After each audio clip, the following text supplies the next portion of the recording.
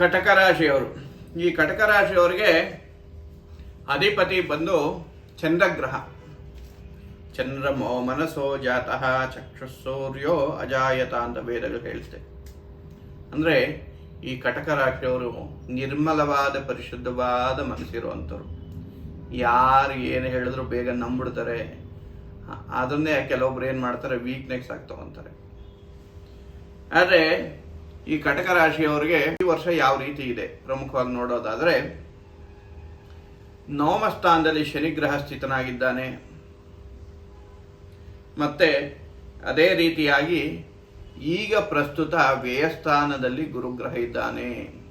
ಈ 12ನೇ ಮನೆಯಲ್ಲಿ ಗುರುಗ್ರಹ ಇರೋದ್ರಿಂದ ಮಂಗಳ ಕಾರ್ಯಗಳಿಗೆ ಹಣಕಾಸು ಖರ್ಚಾಗುವಂಥದ್ದು, ಪುಣ್ಯಕ್ಷೇತ್ರಗಳ ದರ್ಶನಕ್ಕೆ ನೀವು ಹಣಕಾಸು ವ್ಯಯ ಮಾಡುವಂಥದ್ದು, ಸತ್ಕಾರ್ಯಗಳಿಗೆ ಒಳ್ಳೆಯ ಕೆಲಸಗಳಿಗೆ ಹಣಕಾಸು ಖರ್ಚಾಗುವಂಥದ್ದು, ಈ ರೀತಿಯಾಗಿ ಒಂದು ಯೋಗ ಇರುತ್ತೆ. ನಿಮ್ಮ ಲಗ್ನ ಸ್ಥಾನಕ್ಕೆ ಗುರುಗ್ರಹ ಬರ್ತಾನೆ ಪುನಃ.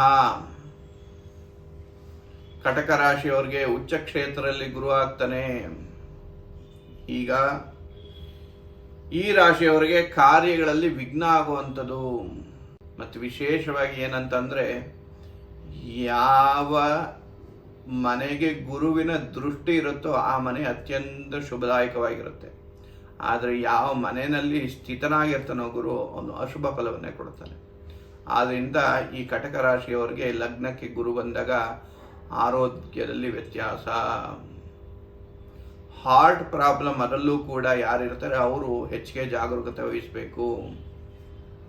ಹೃದಯ ಸಂಬಂಧಿ ಕಾಯಿಲೆಗಳಿಗೆ ತುತ್ತಾಗುವಂಥದ್ದು ಇರ್ತೀರ, ಜಾಗೃತವಾಗಿರಿ. ನವಮ ಸ್ಥಾನದಲ್ಲಿ ಶನಿ ಇರೋದ್ರಿಂದ ಈ ವ್ಯಾಪಾರ ವ್ಯವಹಾರಗಳೆಲ್ಲ ನಿಧಾನ ಆಗುವಂಥದ್ದು, ಮತ್ತೆ ಆರ್ಥಿಕ ಪರಿಸ್ಥಿತಿ ನಿಮಗೆ ಹದಗೆಡುವಂಥದ್ದು, ಸಾಲ ಬಾಧೆಗಳು ಜಾಸ್ತಿ ಆಗುವಂಥದ್ದು, ಮತ್ತೆ ನಿಮ್ಮ ವ್ಯಾಪಾರ ವ್ಯವಹಾರದಲ್ಲಿ ನಷ್ಟ ಹೊಂದುವಂಥದ್ದಿದೆ. ನೀವು ಯಾರಿಗಾದ್ರೂ ಶ್ಯೂರಿಟಿ ಹಾಕಿ ನೀವು ಸಿಕ್ಕಾಕೊಳ್ಳುವಂಥದ್ದು. ಅದರಿಂದ ಇದರಲ್ಲಿ ಒಂಚೂರು ಜಾಗರೂಕತೆಯನ್ನು ವಹಿಸಬೇಕಾಗತ್ತೆ. ಅದರಲ್ಲೂ ಕೂಡ ನಿಮ್ಮ ಮಿತ್ರರಿಂದ ನಿಮಗೆ ಸಹಾಯ ಆಗುವಂಥ ಒಂದು ಶುಭ ಯೋಗಗಳು ಈ ಗುರುವು ಸಿಂಹರಾಶಿಗೆ ಪ್ರವೇಶ ಮಾಡೋದ್ರಿಂದ ನಿಮಗೆ ಆಗುತ್ತೆ. ಆ ಸಮಯದಲ್ಲಿ ಹಣಕಾಸು ವಿಚಾರದಲ್ಲಿ ಅನುಕೂಲ ಆಗುವಂಥದ್ದು, ಲಾಭದಾಯಕವಾಗಿರುವಂಥದ್ದು, ಮತ್ತೆ ಕುಟುಂಬದಲ್ಲಿ ಒಂದು ಬದಲಾವಣೆ ಆಗುವಂಥ ಒಂದು ಸುಸಮಯ ಆಗಿರುತ್ತೆ. ಆದ್ರಿಂದ ಈ ಕಟಕ ರಾಶಿಯವರು ತಪ್ಪದೆ ಆಚರಣೆ ಮಾಡಬೇಕಾಗಿರೋದು ಏನು ಅಂತ ಅಂದರೆ, ಪ್ರಮುಖವಾಗಿ ಶನೇಶ್ವರ ಸ್ವಾಮಿಯ ಪ್ರಾರ್ಥನೆ. ಯಾಕಂದರೆ ನವಮದಲ್ಲಿ ಶನೇಶ್ವರ ಇದ್ದಾನೆ, ಮತ್ತೆ ಲಗ್ನಕ್ಕೆ ಗುರು ಬಂದಿದ್ದಾನೆ, ಅದು ಉಚ್ಚ ಕ್ಷೇತ್ರದಲ್ಲಿದ್ದಾನೆ. ಸೊ ಅದರಿಂದ ನೀವು ಶಿವನ ದೇವಸ್ಥಾನಕ್ಕೆ ಹಾಲನ್ನು ಅಭಿಷೇಕ ಮಾಡಿಸಿ. ಮತ್ತೆ ನಿಮಗೇನಾದರೂ ಅನುಕೂಲ ಇದ್ದರೆ ಬೆಳ್ಳಿಯ ಪದಾರ್ಥ ಅಥವಾ ಬೆಳ್ಳಿ ಬಟ್ಲನ್ನು ಅದರಲ್ಲಿ ಸಿಹಿ ಪಾಯಸವನ್ನು ಮಾಡಿಸಿ ಈಶ್ವರನಿಗೆ ನೈವೇದ್ಯ ಮಾಡಿಸಿ.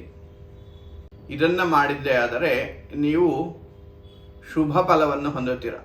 ಮತ್ತು ಪ್ರಮುಖವಾಗಿ ನಿಮ್ಮ ಲೈಫಲ್ಲಿ ನಿಮ್ಗೆ ಒಳ್ಳೇದಾಗಬೇಕಾ ನೋಡಿ, ಕಟಕ ರಾಶಿಯವರು ಚೆನ್ನಾಗಿ ಜ್ಞಾಪಕ ಇಟ್ಕೊಳ್ಳಿ. ನೀವೇನಂತ ಅಂದರೆ, ಯಾವುದಾದ್ರೂ ಒಂದು ಗೋಶಾಲೆಗೆ ನೀವು ಸಹಾಯ ಮಾಡಬೇಕು. ಇಲ್ಲ ಅಂತಂದರೆ ಸ್ಕೂಲ್, ಚಿಕ್ಕ ಮಕ್ಕಳು ಯಾರು ಇರ್ತಾರೆ ಆ ಸ್ಕೂಲಿಗೆ ಹೋಗಿ ಆ ಚಿಕ್ಕ ಮಕ್ಕಳಿಗೆ ಏನಾದರೂ ಸಿಹಿ ಹಂಚುವಂಥದ್ದು, ಚಾಕ್ಲೇಟ್ ಇರ್ಬೋದು ಅಥವಾ ಸಿಹಿ ಪದಾರ್ಥ ಏನಾದರೂ ಹಂಚುವಂಥದ್ದು, ಇದನ್ನು ಮಾಡಿದ್ದೆ ಆದರೆ ಕಟಕ ರಾಶಿಯಲ್ಲಿ ನಿಮ್ಮ ಜೀವನದಲ್ಲಿ ಒಂದು ದೊಡ್ಡ ಬದಲಾವಣೆ ಆಗುತ್ತೆ, ಎಲ್ಲ ರೀತಿಯ ಅನುಕೂಲ ಆಗುವಂಥದ್ದು. ಮತ್ತು ಕಟಕ ರಾಶಿಗೆ ಪ್ರಮುಖವಾಗಿ ಈ ಚಂದ್ರಗ್ರಹ ಅಧಿಪತಿ ಆಗಿರೋದ್ರಿಂದ ನಿಮಗೆ ಮುತ್ತು, ಈ ರತ್ನ ತುಂಬ ಚೆನ್ನಾಗಿ ಬರುತ್ತೆ. ಈ ಮುತ್ತನ್ನು ಧರಿಸೋದು, ಮತ್ತು ಬಿಳಿ ವಸ್ತ್ರವನ್ನು ದಾನ ಮಾಡುವಂಥದ್ದು, ಇದು ಮಾಡಿದ್ದೇ ಆದರೆ ನಿಮಗೆ ಶುಭ ಫಲ ಇರುತ್ತೆ. ಈ ರಾಶಿಯವರಿಗೆ ಒಂದು ಶುಭ ಸಂಖ್ಯೆ ಯಾವುದು ಅಂತ ಅಂದರೆ 2, 3 ಮತ್ತು 9. ಅದರಲ್ಲೂ ತುಂಬ ಚೆನ್ನಾಗಿ ಆಗಿಬರೋವಂಥದ್ದು 2 ನಂಬರ್, 2ನೇ ಸಂಖ್ಯೆ ತುಂಬ ಚೆನ್ನಾಗಿ ಆಗಿಬರುತ್ತೆ. ಮತ್ತು ವಾಯುವ್ಯ ದಿಕ್ಕು ಇವರು ತುಂಬ ಚೆನ್ನಾಗಿ ಆಗಿಬರುವಂಥದ್ದು. ಆದ್ದರಿಂದ ನಾವು ಹೇಳಿರುವಂಥ ಈ ಪರಿಹಾರವನ್ನು ಮಾಡಿಕೊಳ್ಳಿ, ಎಲ್ಲ ರೀತಿ ಒಳ್ಳೆಯದಾಗಲಿ. ಧನ್ಯವಾದ.